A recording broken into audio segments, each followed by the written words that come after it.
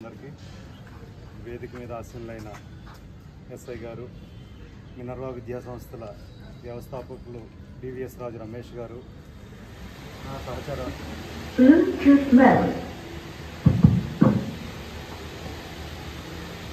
Okay good luck. Current వచ్చిందండి, మంచి సూచకం.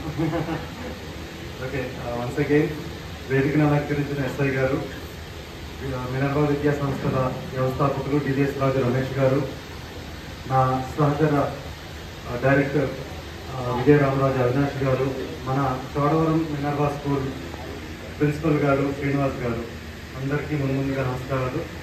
ఈరోజు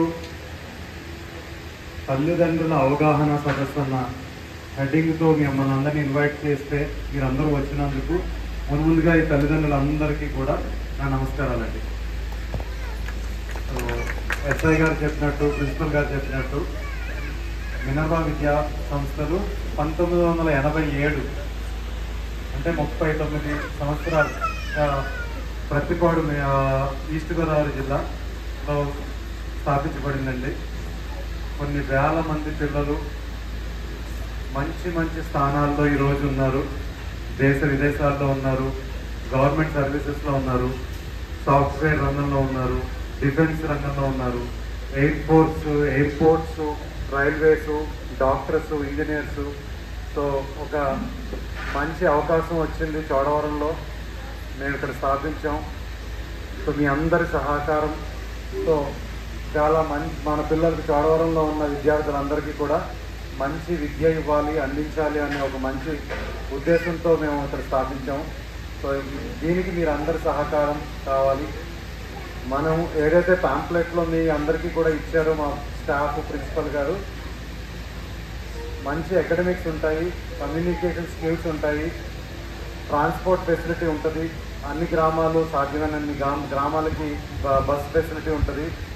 అలాగే డిజిటల్ క్లాసెస్, పిల్లలకి ఏదైతే లేటెస్ట్ ట్రెండ్ డిజిటల్ క్లాసెస్ ఏదైతే ఇవ్వాలో ఆ క్లాసెస్ ఉంటాయి. ఐఐటి ఫౌండేషన్ కోర్సెస్ ఉంటాయండి. అలాగే పేరెంట్స్కి నిరంతరం మీకు ఎలాగైతే ఈ రోజుల్లో వాట్సాప్ ఎంత అందరికీ అలవాటు అయిందో అంత సింప్లిఫైడ్గా ఒక యాప్ ఉంటుంది. అందులో మీకు స్కూల్ నుంచి ప్రతి కమ్యూనికేషను డైరీతో పాటు యాప్లో మనం తెలియజేస్తాము.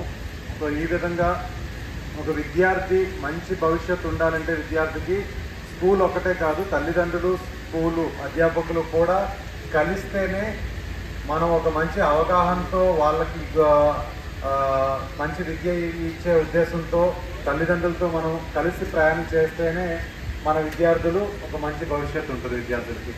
సో ఈ ప్రయాణంలో మీ అందరి సహాయం మాకు ఉంటుందని ఆశిస్తూ ఈరోజు మీరందరూ ఇచ్చేసినందుకు మళ్ళీ ఇంకొకసారి ధన్యవాదాలు తెలియజేసుకుంటూ నమస్కారాలు తెలియజేస్తున్నాను. Thank you.